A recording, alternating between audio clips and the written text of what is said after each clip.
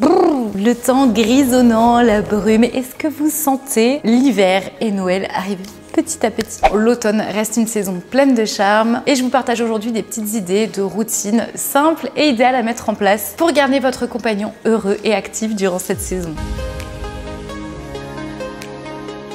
Je sais, aller se promener quand il fait nuit, quand il fait froid, quand il fait brumeux, c'est pas le grand kiff, on est d'accord. Malheureusement, les jours raccourcissent, il fait froid, c'est bien moins agréable que d'aller se promener sous un soleil éclatant avec du beau temps. Ceci étant dit, les balades sont moins confortables pour nous. Même en automne, les chiens ont toujours autant besoin d'activité. Il est très important de maintenir un rythme régulier pour les sorties. Même si ces sorties seront un petit peu moins longues, il est très important de les maintenir pour permettre à votre chien de conserver une activité physique minimum et de rester épanoui.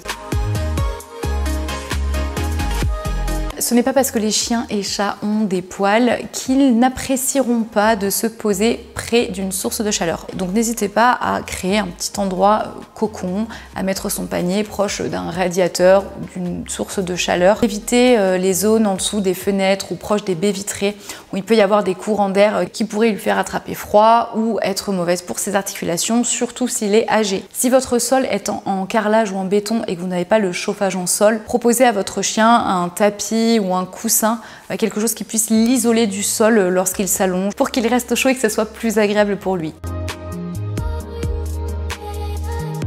Il n'est pas rare de constater qu'à partir de l'automne et en hiver, son animal de compagnie a tendance à moins réclamer à sortir, à être dehors et plutôt à rester à l'intérieur. Ils sont pas bêtes, eux aussi, ils profitent du confort. N'hésitez pas à recréer un environnement ludique qui puisse stimuler votre animal de manière à l'occuper, même lorsqu'il est en intérieur.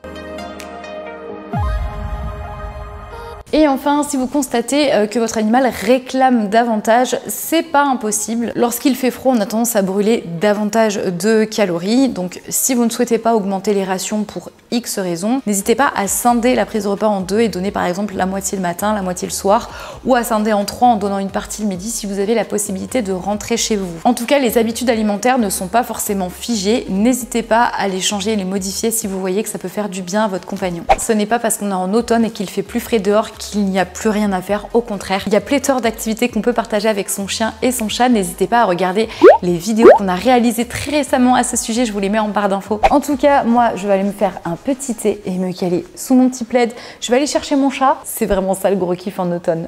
Quant à nous, eh bien écoutez, on se retrouve la semaine prochaine pour une nouvelle vidéo à tirer au poil.